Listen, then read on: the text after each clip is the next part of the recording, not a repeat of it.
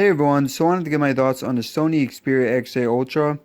Now this phone was announced about a week ago, but unfortunately I didn't have time to cover it. Just been too busy, but I'm going to do that now. So this phone is basically like the Xperia C6 Ultra, but Sony's not doing the C series, the M series, the Z series. Everything moving forward for the next few years is going to be categorized as X. And yes, I will be buying this phone. I'm going to buy all Sony phones going forward, including the mid-range phones like this one.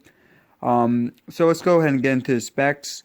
So we got a 6-inch FHD, Full HD 1080p display. That's probably the main selling point. The other big selling point is a 60 megapixel front-facing camera with optical image stabilization and flash. So that's a first for any Sony Xperia phones, even high-end phones. It has a MediaTek Helio P10 chipset, 3 gigabytes of RAM, 16 gigabytes of internal storage, but only 11 are usable. It does have micro SD card support, a 2700 milliamp battery, 21.5 megapixel rear camera, but that does not have optical image stabilization. It does not have waterproofing or a fingerprint scanner like the Z series or the Z5 anyways. It is launching in select markets July 2016, and it's going to be coming in 3 colors, white, black, and lime gold. So you guys can see some of those pictures here. So just my thoughts on this. So my first thought is I wish that this was the X Performance Ultra rather. Of course, this is a mid-range phone, as you guys can tell by the specs. But I wish that we were getting the same phone, but with high-end specs to go along with that 6-inch screen and the 16 megapixel front-facing camera. Because those are obviously two pretty exciting features.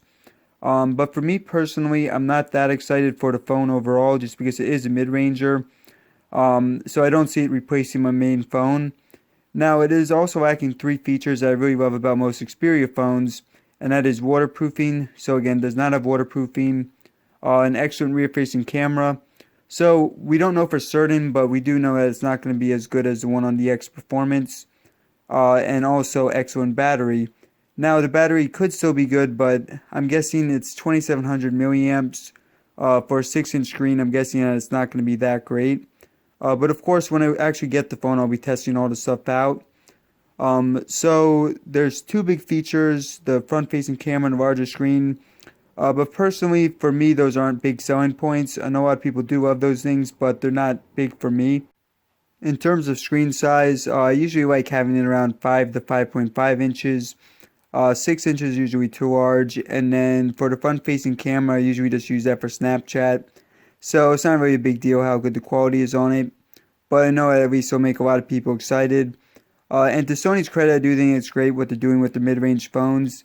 So this is kind of continuing a trend that they had last year with the C5 Ultra and the M5, where they're giving them some really unique features. They're differentiating, differentiating them from their high-end phones.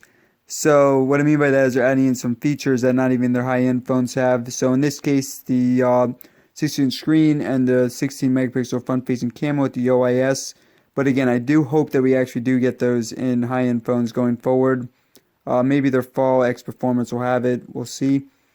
But yeah, guys, again, I will be buying this phone. I'm excited to test it out. So if you guys have any color preference, anything like that you want me to get, let me know. But as soon as this is available, I will be purchasing it. Alright guys, thanks for watching, and let me know if you have any questions.